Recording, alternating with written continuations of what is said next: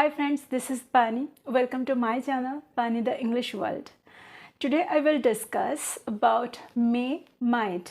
ये टॉपिक बहुत ही ईजी है, लेकिन कभी कभी हम कंफ्यूज हो जाते हैं कि कहाँ पे हमें मे का यूज़ करना है और कहाँ पे हमें माइट का यूज़ करना है। तो चलिए आज अच्छे से समझते हैं कि कहाँ पे हमें क्या यूज़ करना चाहिए। चलिए हम पहले मे का यूज़ देखते हैं। सेंटेंस में कैसे मे का यूज़ किया जाता है।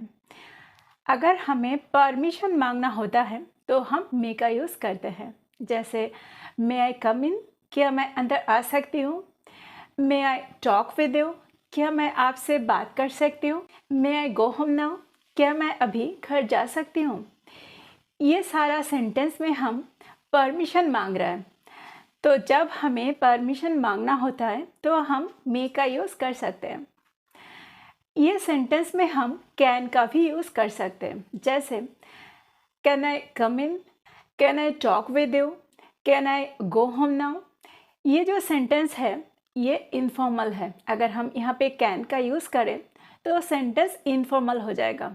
अगर हम ये सेंटेंस में मे का यूज़ करते हैं तो ये सेंटेंस फॉर्मल है। सपोज अब स्कूल पहुँचने में थोड़ा लेट हो गए हो और आपका टीचर क्लासरूम में आके क्लास लेना स्टार्ट कर दिए हैं, तो आपको परमिशन लेना होगा, क्या मैं अंदर आ सकती हूँ। तब आपको फॉर्मली बोलना होगा कि मे आई कम इन। यहाँ पे अगर आप कैन का यूज़ करोगे तो ये सेंटेंस इनफॉर्मल हो जाएगा। ये आप टीचर के साथ नहीं कर सकते हो। मुझे लगता है ये पॉइंट क्लियर हो गया होगा।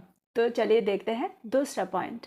अगर सेंटेंस में पॉसिबिलिटी होता है तो भी हम मे का यूज़ कर सकते हैं। जैसे सोनिया में लाइक इट, सोनिया को ये पसंद आ सकता है। आई मे बी लेट टुडे, आज मैं लेट हो सकती हूँ। Rahul may be at home today, आज राहुल घर पर हो सकता है। इट मे रेन टुडे, आज बारिश हो सकता है। तो आपने देखा, अगर सेंटेंस में पॉसिबिलिटी होता है तो हम मे का यूज़ करते हैं।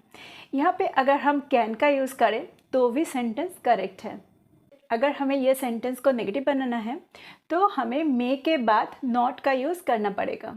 जैसे it may not rain today, आज बारिश नहीं हो सकता है। अगर सेंटेंस में कोई विशेष आता है, जैसे कोई कामना, इच्छा, आशा अगर सेंटेंस में प्रकट होता है तो भी हम मे का यूज़ करते हैं। जैसे मे गॉड फॉरगिव अस, ईश्वर हमें क्षमा करें। मे गॉड हेल्प यू, ईश्वर तुम्हें सहायता करें।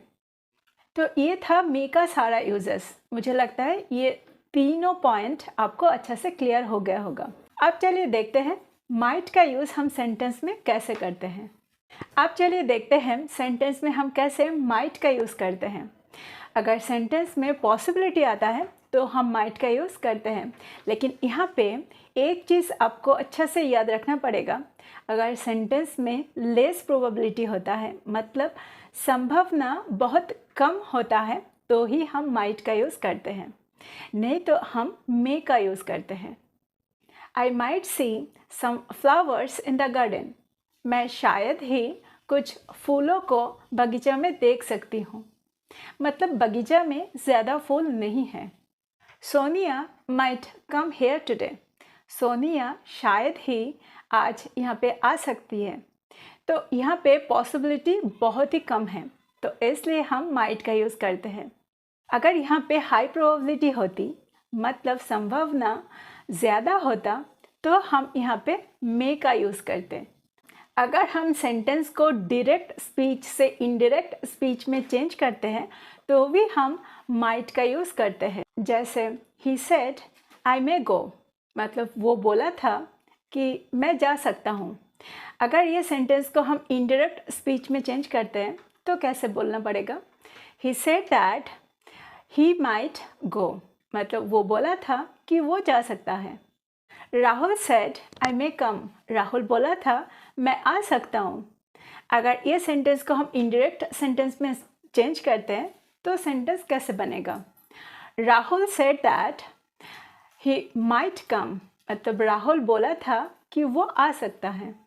सेंटेंस अगर पास्ट में है, मतलब मेन वर्ब अगर पास्ट में है, तो हम सेंटेंस में माइट का यूज़ कर सकते हैं। जैसे Sonia was not there, she might have gone to the market. Sonia वहाँ पे नहीं थी, वो शायद बाजार गई होगी। We might have walk to the park but it was raining. हम पार्क में चल सकते थे, लेकिन बारिश हो रही थी। तो ये था माइट का सारा यूजेस। अब मुझे लगता है कि आपको मे और माइट में कोई कन्फ्यूज़न नहीं है।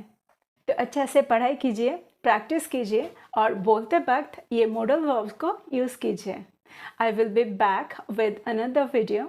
Till then, take care. Thank you for watching this video. Bye bye.